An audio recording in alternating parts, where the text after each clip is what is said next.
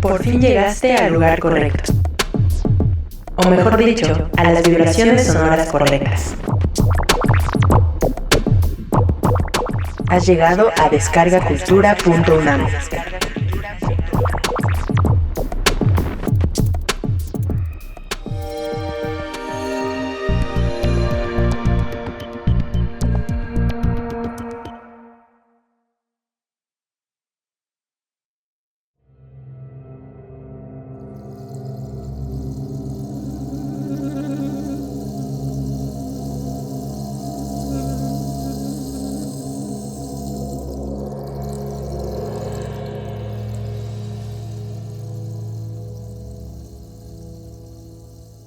Gracias por prestarnos una vez más tus oídos.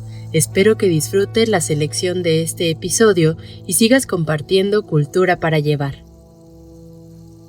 Recuerda que al utilizar audífonos mejora tu experiencia sonora.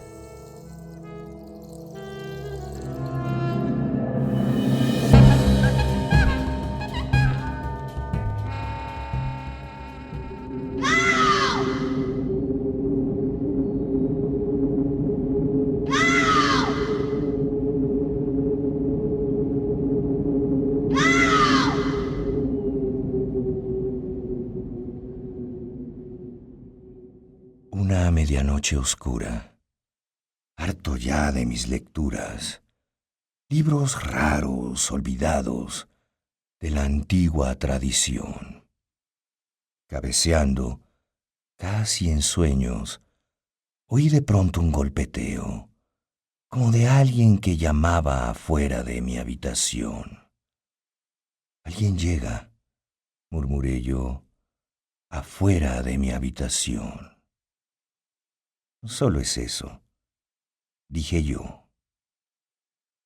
Qué recuerdo tan preciso del diciembre más umbrío, y las ascuas moribundas asustaban al fulgor. Anhelaba la mañana, pues en vano había buscado en mis libros un consuelo por la muerte de Leonor, la doncella tan radiante que un ángel llamó Leonor. Nunca más. «Ah», dije yo. Y el susurro, seda triste, del purpúreo cortinaje me llenó de escalofríos y de un nunca visto horror. Así, para amortiguar mis latidos enfermizos, alguien llega y pide asilo afuera de mi habitación. Algún pobre trasnochado afuera de mi habitación. Solo es eso, dije yo.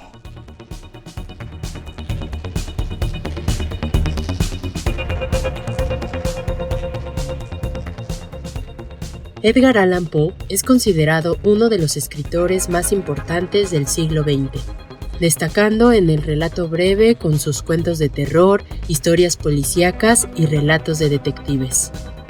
Un ejemplo es con el que iniciamos este episodio del podcast de descargacultura.unam, un fragmento del Cuervo, poema leído por Guillermo Henry y que te invito a escuchar completo en nuestro acervo. Hoy estamos recordando al cuentista, poeta, periodista y crítico literario quien falleció a los 40 años un 7 de octubre de 1849, es decir, hace 176 años, y que aún con el paso del tiempo sigue vigente en el gusto y admiración de lectores y de muchos otros escritores que se han inspirado en su obra. En Descarga Cultura contamos con una variedad de títulos que van desde los poemas, como el que ya escuchamos, junto con Ulalume y Annabelle, que tienen como eje común el sentimiento de pérdida ocasionado por el amor y un empleo virtuoso de la métrica, el ritmo y la retórica. La influencia de Edgar Allan Poe ha tocado la obra de innumerables artistas de la literatura como H.P. Lovecraft, Arthur Conan Doyle, Jorge Luis Borges, Fyodor Dostoyevsky y también de directores de cine como Tim Burton, Roger Corman y Vincent Price. pero el estilo gótico y la exploración del oscuro ha permeado en la música, el teatro, la televisión, el cómic, la pintura y en la cultura popular.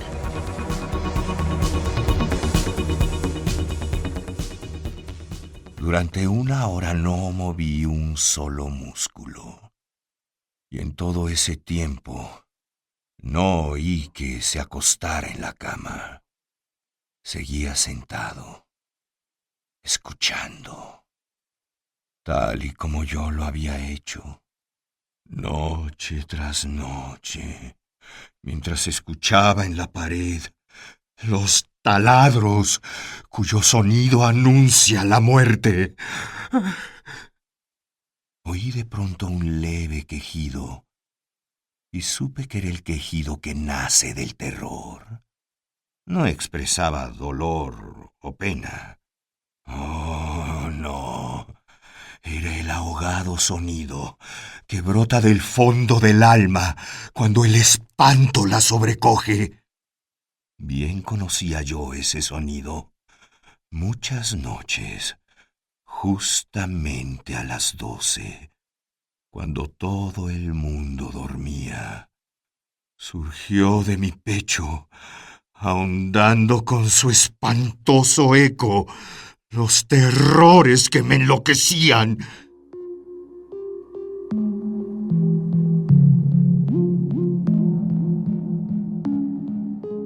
El corazón delator, o The Telltale Heart, es uno de los cuentos más conocidos de Edgar Allan Poe, y así como muchos se han inspirado en su obra, el maestro del terror gótico en México, director artístico y jefe de producción Eduardo Ruiz Aviñón, realizó la adaptación del fragmento que acabamos de escuchar.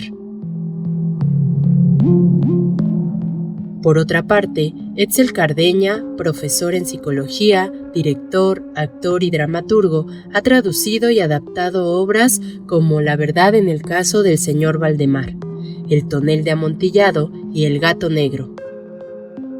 Escuchemos un fragmento de este último con la interpretación de César Arias y María Clara Zurita.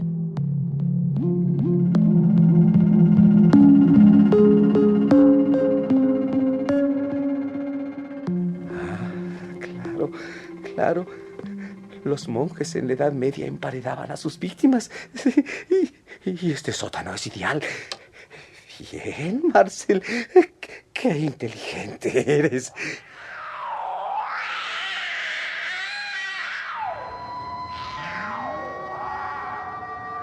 Ya le relaté cómo asesiné a mi esposa, pero aún no sabe lo peor.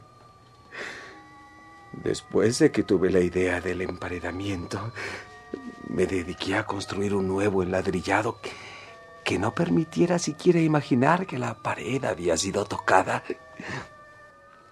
Barrí hasta el menor fragmento de material suelto y estuve seguro de que no había trabajado en vano.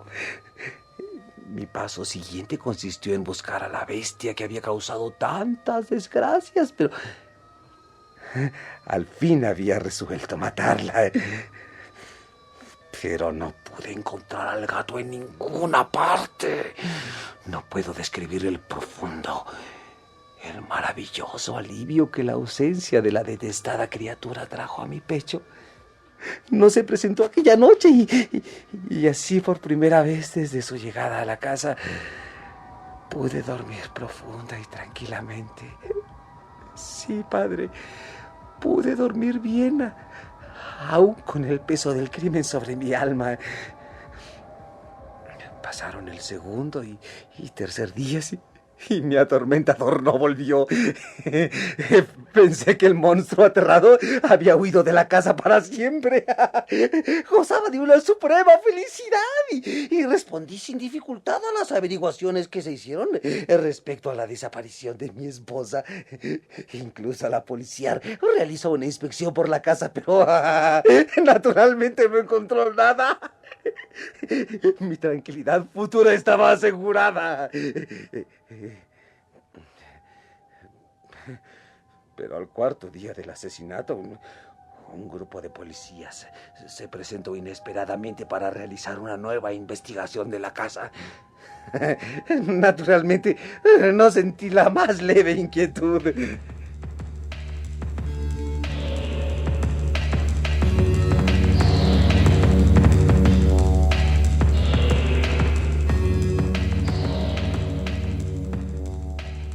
Te invito a que escuches todos estos cuentos completos en descargacultura.unam. Alrededor de la vida de Edgar Allan Poe han circulado diferentes historias y leyendas que poco a poco se van aclarando y afirmando gracias al trabajo biográfico. Por ejemplo, sabemos que antes de los 3 años quedó huérfano y fue acogido por los Allan, una familia burguesa de quienes tomó el apellido, aunque nunca fue adoptado legalmente. Aunque Edgar Allan Poe se consideró un caballero del sur, toda su vida cargó con el estigma de la orfandad, debido a la sociedad aristócrata y clasista en la que se desenvolvió, con ideas que tampoco cuestionó, como el escepticismo ante el progreso y la democracia, la justificación de la esclavitud, el desprecio por el maquinismo y la exaltación de la mujer en su papel de esposa y madre. Su padre adoptivo lo matriculó en la Universidad de Virginia con la idea de que estudiara leyes y comercio, pero Allan Poe se interesó por todas las disciplinas, además de aficionarse al juego y al alcohol, aunque algunos especialistas dicen que era intolerante a la bebida y que el sórdido ambiente de los bares le resultaba desagradable. El aire oscuro de sus creaciones, el hálito diabólico de su pluma y su personalidad reservada, taciturna y con necesidad de afecto, colocaron a Edgar Allan Poe en el grupo de los poetas malditos, que se caracterizan por la rebeldía, la transgresión y la vida bohemia, marcada casi siempre por la tragedia y la destrucción.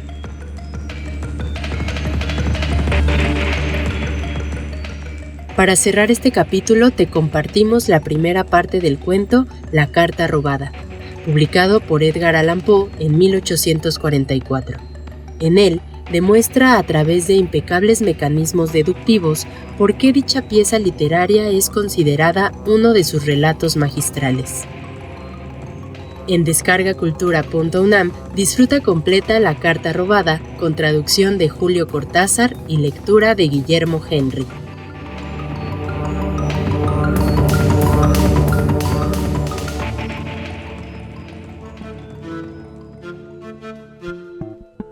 La carta robada, de Edgar Allan Poe.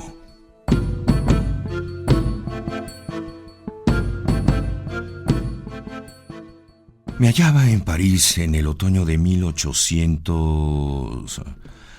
Una noche después de una tarde ventosa, gozaba del doble placer de la meditación y de una pipa de espuma de mar, en compañía de mi amigo C. Auguste Dupin, en su pequeña biblioteca o gabinete de estudios del número 33, calle Dunot Saint-Germain.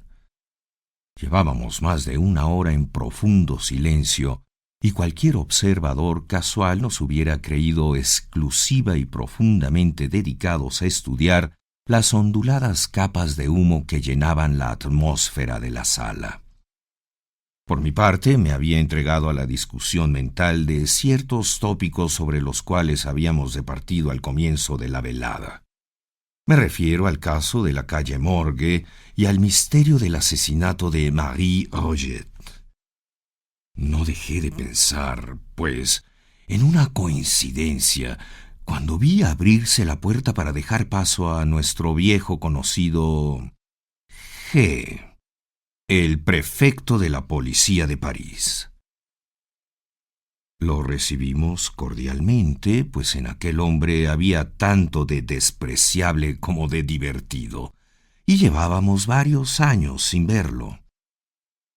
Como habíamos estado sentados en la oscuridad, Dupin se levantó para encender una lámpara, pero volvió a su asiento sin hacerlo cuando G. nos hizo saber que venía a consultarnos, o mejor dicho, a pedir la opinión de mi amigo sobre cierto asunto oficial que lo preocupaba grandemente. Si se trata de algo que requiere reflexión, observó Dupin, absteniéndose de dar fuego a la mecha, será mejor examinarlo en la oscuridad. He aquí una de sus ideas raras, dijo el prefecto, para quien todo lo que excedía su comprensión era raro, por lo cual vivía rodeado de una verdadera legión de rarezas. Muy cierto, repuso Dupin, entregando una pipa a nuestro visitante y ofreciéndole un confortable asiento. ¿Y cuál es la dificultad?, pregunté. Espero que no sea otro asesinato. Oh, no, nada de eso. Por cierto que es un asunto muy sencillo, y no dudo de que lo podremos resolver perfectamente bien por nuestra cuenta. De todos modos, pensé que a Dupin le gustaría conocer los detalles, puesto que es un caso muy raro. Sencillo y raro, dijo Dupin. Justamente, pero tampoco es completamente eso. A decir verdad, todos estamos bastante confundidos, ya que la cosa es sencillísima y, sin embargo, nos deja perplejos.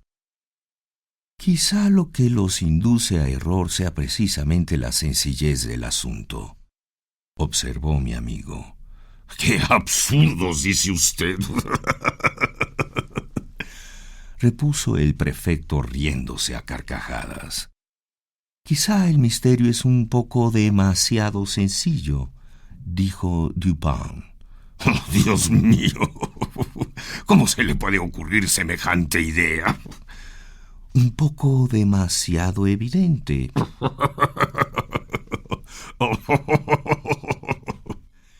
Reía el prefecto, divertido hasta más no poder.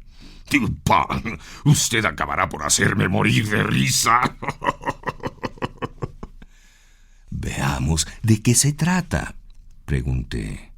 Pues bien, voy a decírselo, repuso el prefecto, aspirando profundamente una bocanada de humo e instalándose en un sillón. Puedo explicarlo en pocas palabras, pero antes debo advertirles que el asunto exige el mayor secreto, pues si se supiera que lo he confiado a otras personas, podría costarme mi actual posición. Hable usted, dije. O no hable, dijo Dupin. Está bien. He sido informado personalmente por alguien que ocupa un altísimo puesto de que cierto documento de la mayor importancia ha sido robado en las cámaras reales. Se sabe quién es la persona que lo ha robado, pues fue vista cuando se apoderaba de él. También se sabe que el documento continúa en su poder. ¿Cómo se sabe eso?, preguntó Dupin. Se deduce claramente, repuso el prefecto, de la naturaleza del documento y de que no se hayan producido ciertas consecuencias que tendrían lugar inmediatamente después que aquel pasara a otras manos. Vale decir, en caso de que fuera empleado en la forma en que el ladrón ha de pretender hacerlo al final. Sea un poco más explícito, dije. Pues bien, puedo afirmar que dicho papel da a su poseedor cierto poder en cierto lugar donde dicho poder es inmensamente valioso. El prefecto estaba encantado con su jerga diplomática. Pues sigo sin entender nada, dijo Dupin. ¿No? Veamos. La presentación del documento a una tercera persona que no nombraremos pondría sobre el tapete el honor de un personaje de las más altas esferas, y ello da al poseedor del documento un dominio sobre el ilustre personaje, cuyo honor y tranquilidad se ven de tal modo amenazados. Pero ese dominio, interrumpí, dependerá de que el ladrón supiera que dicho personaje lo conoce como tal. ¿Y quién osaría? El ladrón, dijo G. Es el ministro de... que se atreve a todo, tanto en lo que es digno como lo que es indigno de un hombre. La forma en que cometió el robo es tan ingeniosa como audaz. El documento en cuestión, una carta para ser francos, fue recibido por la persona robada mientras se hallaba a solas en el boudoir real. Mientras la leía, se vio repentinamente interrumpida por la entrada de la otra eminente persona, a la cual la primera deseaba ocultar especialmente la carta. Después de una apresurada y vana tentativa de esconderla en un cajón, debió dejarla abierta como estaba sobre una mesa. Como el sobrescrito había quedado hacia arriba y no se veía el contenido, la carta podía pasar sin ser vista. Pero en ese momento aparece el ministro de... Sus ojos de lince perciben inmediatamente el papel. Reconoce la escritura del sobrescrito, observa la confusión de la persona en cuestión y adivina su secreto. Luego de tratar algunos asuntos en la forma expedita que le es usual, extrae una carta parecida a la que nos ocupa. La abre, finge leerla y la coloca luego exactamente al lado de la otra. Vuelve entonces a departir sobre las cuestiones públicas durante un cuarto de hora. Se levanta finalmente y al despedirse, toma la carta que no le pertenece. La persona robada ve la maniobra, pero no se atreve a llamarle la atención en presencia de la tercera, que no se mueve de su lado. El ministro se marcha dejando sobre la mesa la otra carta sin importancia.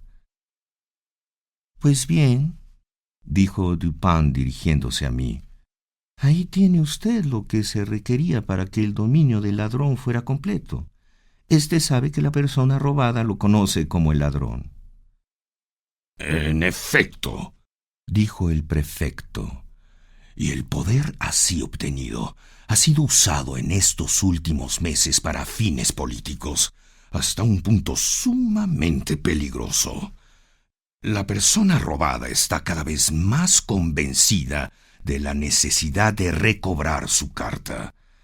Pero, claro está, una cosa así no puede hacerse abiertamente. Por fin, arrastrada por la desesperación, dicha persona me ha encargado de la tarea. Para la cual, dijo Dupin envuelto en un perfecto torbellino de humo, no podía haberse deseado o siquiera imaginado a gente más sagaz. Me halaga usted, repuso el prefecto, pero no es imposible que en efecto se tenga de mí tal opinión.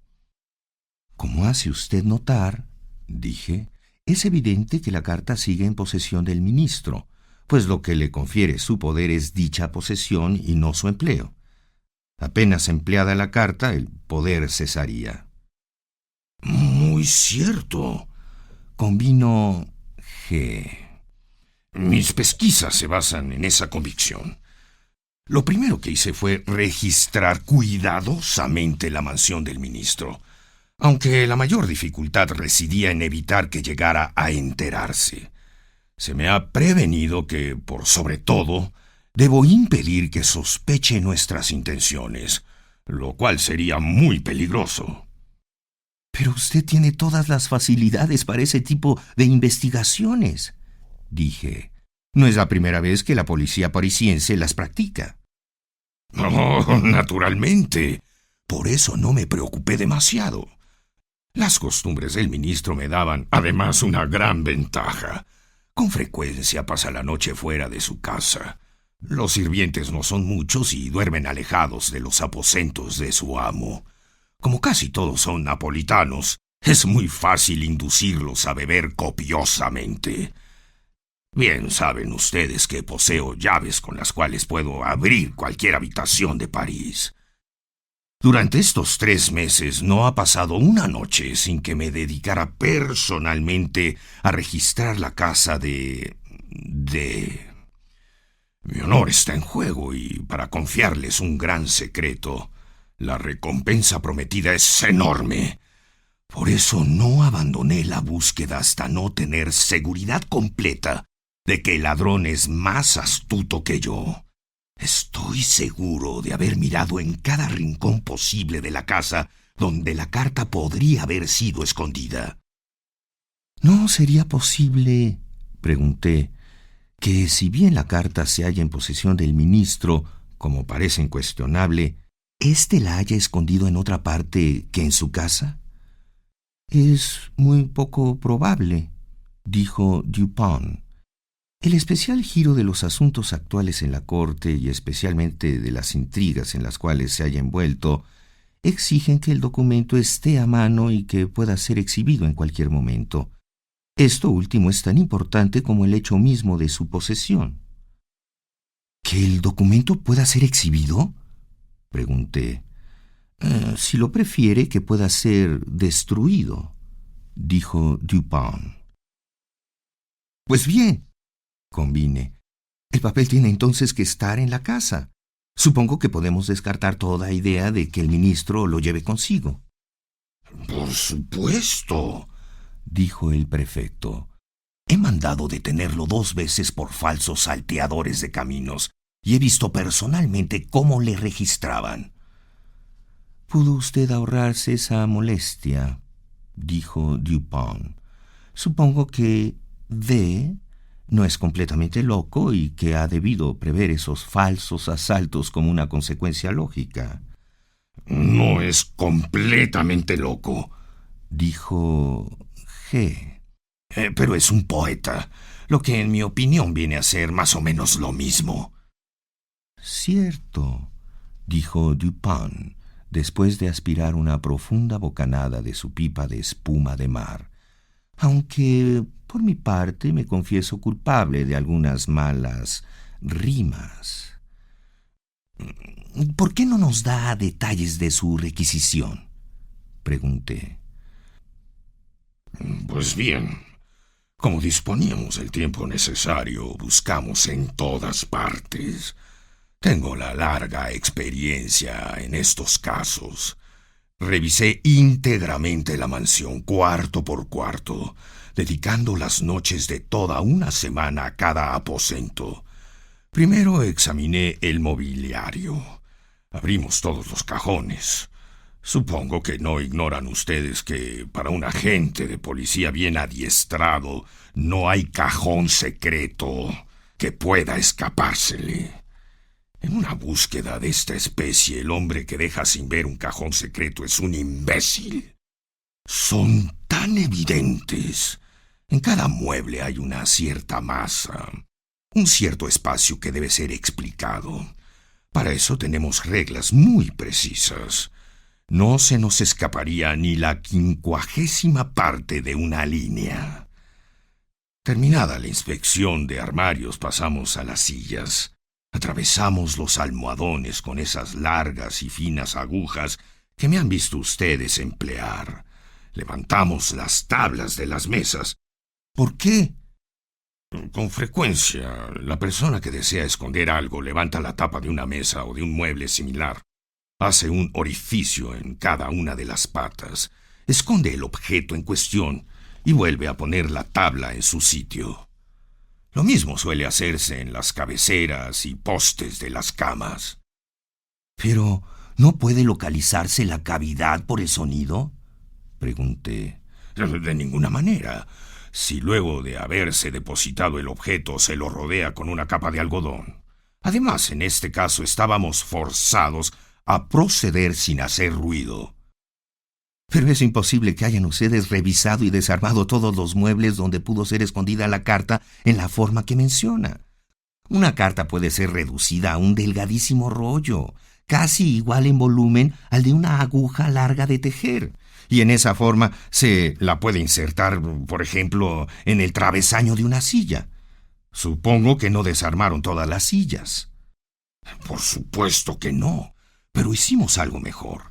Examinamos los travesaños de todas las sillas de la casa y las junturas de todos los muebles con ayuda de un poderoso microscopio. Si hubiera habido la menor señal de un reciente cambio, no habríamos dejado de advertirlo instantáneamente. Un simple grano de polvo producido por un barreno nos hubiera saltado a los ojos como si fuera una manzana. La menor diferencia en la encoladura, la más mínima apertura en los ensamblajes, hubiera bastado para orientarnos. Supongo que miraron en los espejos entre los marcos y el cristal, y que examinaron las camas y la ropa de la cama, así como los cortinados y alfombras. Naturalmente. Y luego que hubimos revisado todos los muebles en la misma forma minuciosa, pasamos a la casa misma. Dividimos su superficie en compartimentos que numeramos, a fin de que no se nos escapara ninguno. Luego escrutamos cada pulgada cuadrada, incluyendo las 2 casas adyacentes, siempre ayudados por el microscopio. ¿Las 2 casas adyacentes?, exclamé. Habrán tenido toda clase de dificultades. Sí, pero la recompensa ofrecida es enorme. ¿Incluían ustedes el terreno contiguo a las casas? Dicho terreno está pavimentado con ladrillos. No nos dio demasiado trabajo comparativamente, pues examinamos el musgo entre los ladrillos y lo encontramos intacto. ¿Miraron entre los papeles de? Naturalmente, y en los libros de la biblioteca. Claro está. Abrimos todos los paquetes y no solo examinamos cada libro, sino que lo hojeamos cuidadosamente, sin conformarnos con una mera sacudida como suelen hacerlo nuestros oficiales de policía. Medimos asimismo el espesor de cada encuadernación, escrutándola luego de la manera más detallada con el microscopio. Si se hubiera insertado un papel en una de esas encuadernaciones, resultaría imposible que pasara inadvertido. 5 o 6 volúmenes que salían de manos del encuadernador fueron probados longitudinalmente con las agujas. ¿Exploraron los pisos debajo de las alfombras? Sin duda. Levantamos todas las alfombras y examinamos las planchas con el microscopio. ¿Y el papel de las paredes? Lo mismo. ¿Miraron en los sótanos? Miramos. Pues entonces, declaré, se ha equivocado usted en sus cálculos y la carta no está en la casa del ministro. Me temo que tenga razón, dijo el prefecto. Pues bien, Dupin, ¿qué me aconseja usted? Revisar de nuevo completamente la casa. Pero es inútil, replicó G. Tan seguro estoy de que respiro como de que la carta no está en la casa. No tengo mejor consejo que darle, dijo Dupin. Supongo que posee usted una descripción precisa de la carta. Oh, sí. Luego de extraer una libreta, el prefecto procedió a leernos una minuciosa descripción del aspecto interior de la carta y especialmente del exterior. Poco después de terminar su lectura se despidió de nosotros, desanimado como jamás lo había visto antes.